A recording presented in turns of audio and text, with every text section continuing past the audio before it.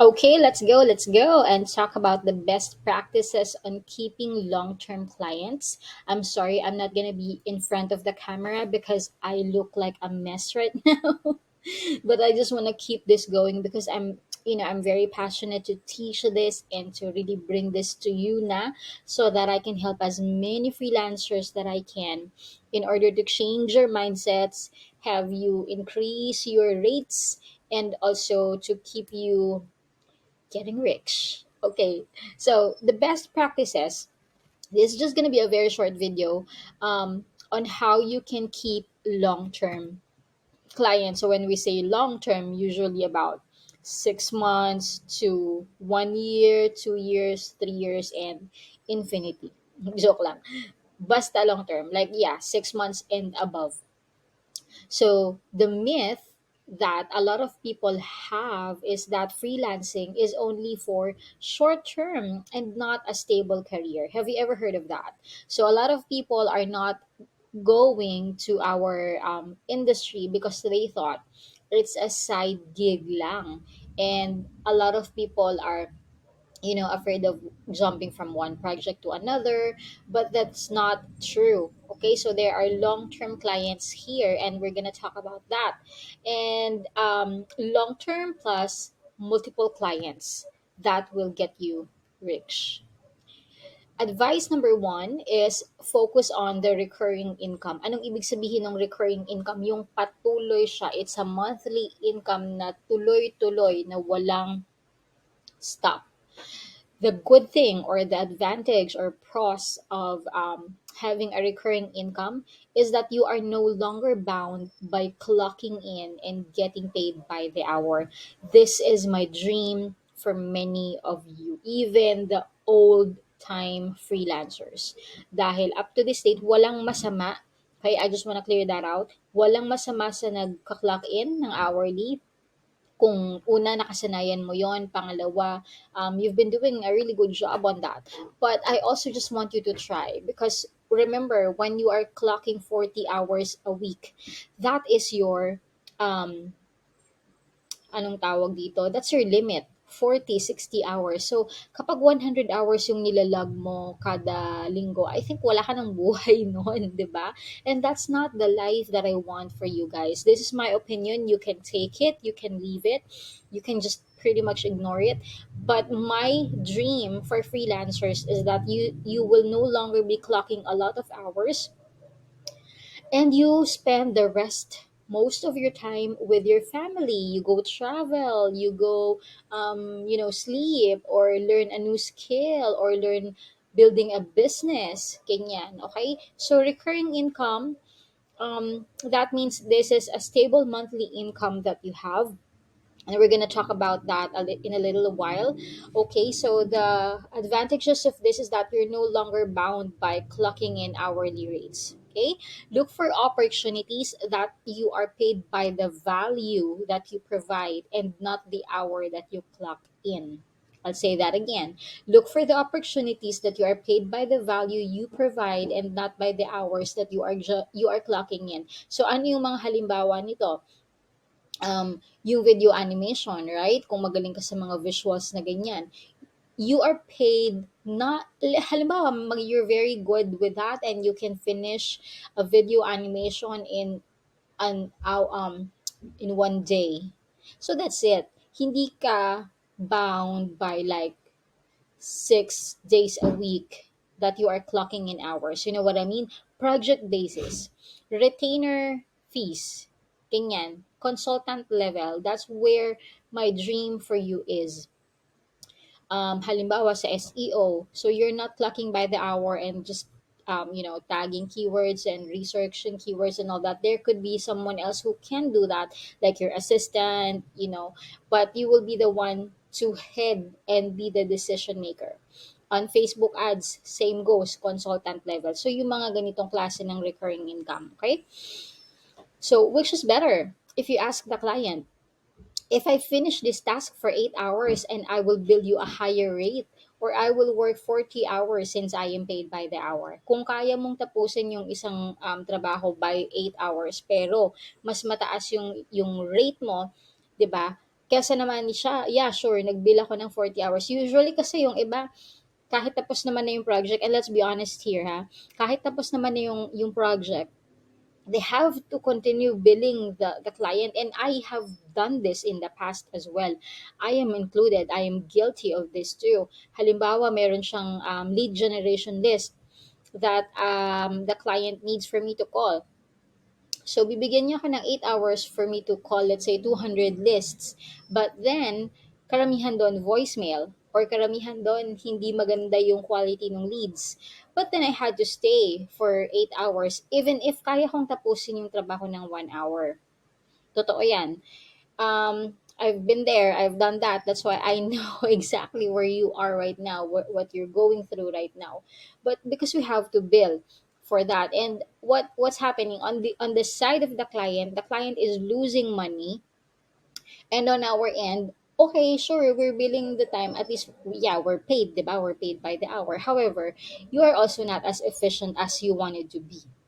Do you get it? All right. So there are freelancers who will stretch the time, like my example, like I did. That's because that's how they get paid. That's how they get, the income. And as a client, kahit ikaw yung client, you would rather go with result-oriented freelancers. However, there are clients who would also lowball you. Parang they will be providing you cheap rate. Kasi, natapos mo ng 5 hours lang yung trabaho. Don't go naman with those clients. So you have to weigh. Okay, it takes experience in order to do this. Maybe in the beginning you will be logging hours, that's for sure, and that is totally okay. Remember that in Upwork, that is also an advantage for you if you are billing like 1,000 hours or 2,000 hours already, or something like that. It adds up to your portfolio, and there is nothing wrong with that. Don't get me wrong, okay?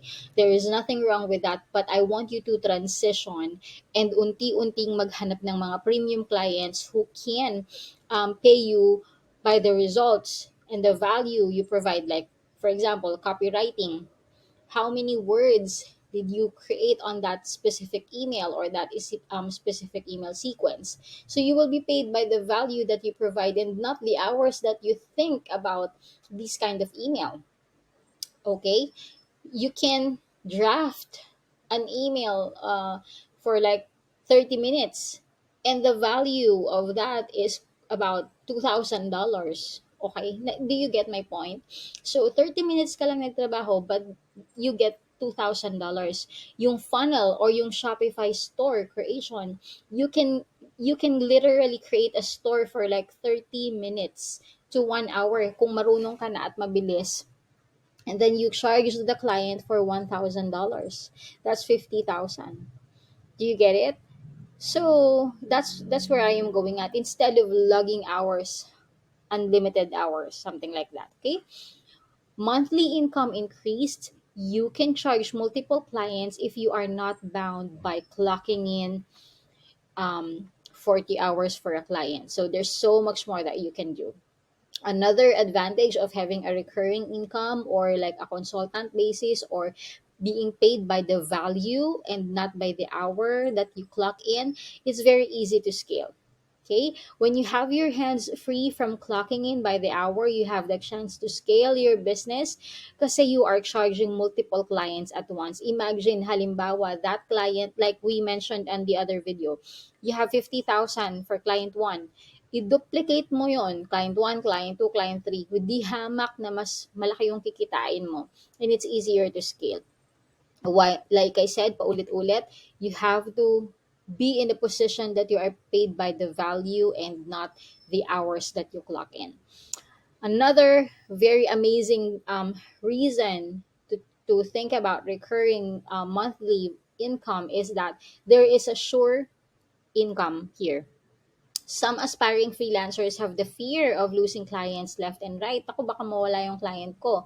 But once you are on a recurring monthly income and you provide so much value to the client, you will always be busy. You will always be in demand. And these retainers can get you like, okay, I'm gonna book you for another 2 months, another 3 months, or for a year. Okay? So, ganun. Now, let's talk about this, how to keep your clients and work with them long term. Tip number one, you have to be prompt and you have to be swift. Bilisan mo yung trabaho. Galingan mo at bilisan mo. This is where we call it the best foot forward. And there's nothing wrong with that, syempre, kasi bago lang yung client, right? Some clients will put you in a trial period. Let's say 1 week muna. Let's see how it goes. Maraming clients na ganyan. And don't worry when you are put under a trial period kasi the client is just wanting to see the quality of your work. Usually, yung mga clients na ganito have past experiences with bad freelancers that it didn't work out with them. They paid a lot of money and they wasted a lot of money for nothing. That's why there are trial period to cover their bases as well. So there's nothing wrong with it. For as long as you know what you're doing, you go ahead and be okay with the trial period. Okay? You are testing you in your efficiency. Number two, the one reason why you can have, I mean, you can keep your clients for long term is over communicate and over deliver. I have said this in the very first part modules of freelance to freedom, how you can really be outstanding in the eyes of your clients. You have to over deliver and over communicate. Clients want a freelancer na proactive, someone who will update them in their progress. Do this not only on your first month, kasi yung ibang mga freelancers sa umpisa lang naman magaling, di ba? Kalaunan, kapag ka-comfortable na sila dun sa client, hindi na rin sila nagpaparamdam. Tapos, hindi na rin nila ginagawa yung best nila. And sometimes, hindi lang kasi ikaw yung freelancer na na-hire ni client. Remember that there are clients who will be hiring 10 freelancers at a time, 20 freelancers at a time. So you have to make yourself stand out and over-communicate to them. Make it a habit. Remember that the clients are virtual. Hindi ka nila nakikita. So don't wait for them to ask you what's going on. Many clients do not visit the work diary. So, hindi nila tinitignan kung talagang nagtatrabaho ka ba, nagawa mo ba yung gawa mo, ganyan. They're busy. Okay? So, ikaw na yung mag-initiate, send them an email, update them, even when they don't ask for it. Send an email every end of the week. If you can do it like every end of your shift, that will be amazing too. Okay? To cover yourself as well. Because if they end the contract and they claim that you're not doing anything and you have no progress, then show them that, hey, I sent you this email and I've been proactive, that these are the progress that I made during my shift. Okay? That will cover your bases as well. Now, tip number three, be someone that the client remembers. Be an asset to the team. Okay, be genuinely concerned with the company. Okay, imagine you are already part of the team. Hindi ka man literally inabsorb because you are virtually hired, but you have to show concern as well to the client. So try to remember and take notes of the small things that the client mentions. For example, if they say they like dogs and they do yoga, lagay mo yun dun sa parang client profile mo. Okay, there are so many CRMs that you can use. Monday.com, HubSpot, to mga kahit na mga simpleng notepad o kay Google Drive, Google Docs. Give mo yung pangalan ni client and ano yung mga information mo sa kanya. Okay, that's your client profile. Okay, if they like green smoothies in the morning, some details like this that they will pass on to you, you can bring this up on the next session or the talk that you have. Parang ma-appreciate nila yun na, oh, naalala mo pala, you remember that I like yoga pala. And then that conversation will start. And then you can become friends, malay mo, di ba, ni client. And then that's how the friendship began. And they will be comfortable in talking to you. And then they will be looking for you in the next meeting or so. Yeah, they'd appreciate someone who cares by listening. And also, when you have team meetings, initiate solutions for the company. Okay, mag-initiate ka na, this is what that I thought of, this is my suggestion for this meeting for this company. Okay, they like that so much. That's why how you can keep them as a long-term client. And finally, like I mentioned a while ago, provide weekly updates. Okay, keep them in the loop. Send them screenshots of reports. Mapag-good man yan, or it's a bad week, bad campaign. You've lost money because of the campaigns are not working. Ganyan. So give them a full detailed report. Send weekly, monthly reports of your task. This will cover your bases and prove to them that you are doing your tasks, even if the client is not around. Remember, you are a freelancer and some clients really don't micromanage. Sometimes nga nakakalimutan pa nila na, "Oh, what did you do again? And who are you again?" Parang ganyan. Nakakalimutan nila na nandun ka pala sa payroll nila. And that happens too. I've seen a lot of freelancers like that na weekly silang sumusweldo. Nakalimutan ni client na nag-hire pala siya sa Upwork, ganyan. So, make them remember you. Parang nagulat na lang si client na meron siyang bill na ganito kasi hindi niya rin tinitignan yung ano niya, yung credit card report niya. So, parang at the end of siguro mga 6 months na. Totoo, real example to ng friend ko. So, 6 months na, dun palang nakita ni client na, oh pala, ano pala, nag-hire pala siya ng mga freelancers. And sadly, itong mga freelancers na to, hindi rin naman nag-update kay clients. So, the client lost a lot of money there. And yeah, to be honest with you, nagpetics yung mga freelancers. In other words, they're logging in hours pero they're not doing anything and there's no progress. So, sayang yung pera ni client. Okay, so ikaw naman as a freelancer, it's your job to make them remember you that, hey, I still exist, okay? Ganyan. And update them in their reports. Kasi if the tides will turn, ikaw naman yung client, di ba? Good karma na gusto mo rin yung mga freelancers na nag-update sa'yo kung ano yung mga progress nila. Alright? So those are my recommendations on how you can um, keep your long-term clients and multiple clients, okay?